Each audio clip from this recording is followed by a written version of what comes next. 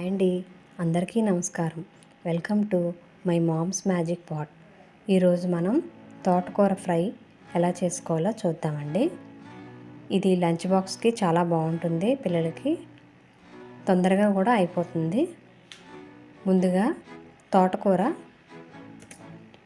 ఒక 5-6 తీసుకోండి. వాటిని చిన్న ముక్కలుగా కట్ చేసుకొని నీటిలోని ఉప్పు వేసి కడుక్కోవాలండి. ఉల్లిపాయలు చిన్న ముక్కలుగా కట్ చేసుకోవాలి. ఒక 5-6 వెల్లుల్లి రబ్బలు, పోపు దినుసులు. ముందుగా స్టవ్ వెలిగించుకొని ప్యాన్ పెట్టుకొని ఆయిల్ హీట్ అయ్యాక వాటిలోకి ఈ పోపు దినుసులు వేసుకోవాలండి. ఈ పోపు దినుసులు ఆవాలు, జీలకర్ర, శనగపప్పు, మినప్పప్పు, వీటిని అన్నిటినీ కూడా బాగా ఫ్రై అవ్వాలండి. ఈ ఫ్రై అయినాక వీటిలోకి మనం ఇందాక దంచి పెట్టుకున్న వెల్లుల్లి రబ్బల్ని వేసుకోవాలండి. చూడండి, ఇలా వేగింది కదండి. వీటిలోకి వెల్లుల్లి రబ్బలు వేసుకోవాలి.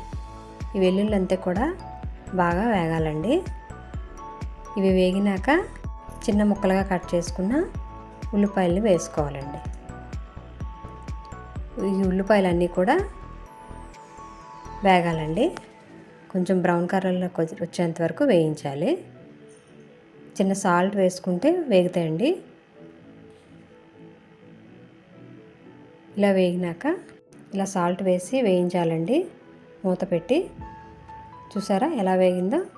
ఇలా వేగిన వాటిలోకి మనం ఇందాక కడిగి పెట్టుకున్న తోటకూర వేసుకోవాలండి.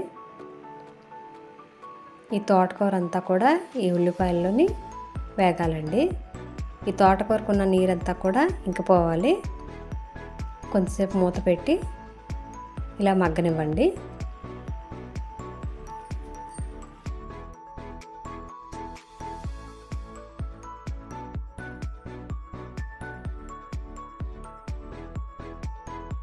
చూసారా, నీరంతా కూడా పోయింది.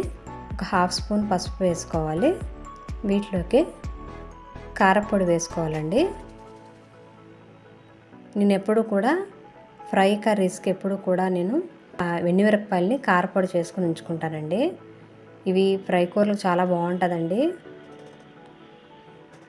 అంతేనండి, తోటకూర ఫ్రై రెడీ. మీరు కూడా చేసుకొని ఎలా వచ్చిందో కామెంట్స్లో చెప్పండి. Please like, share and subscribe my channel.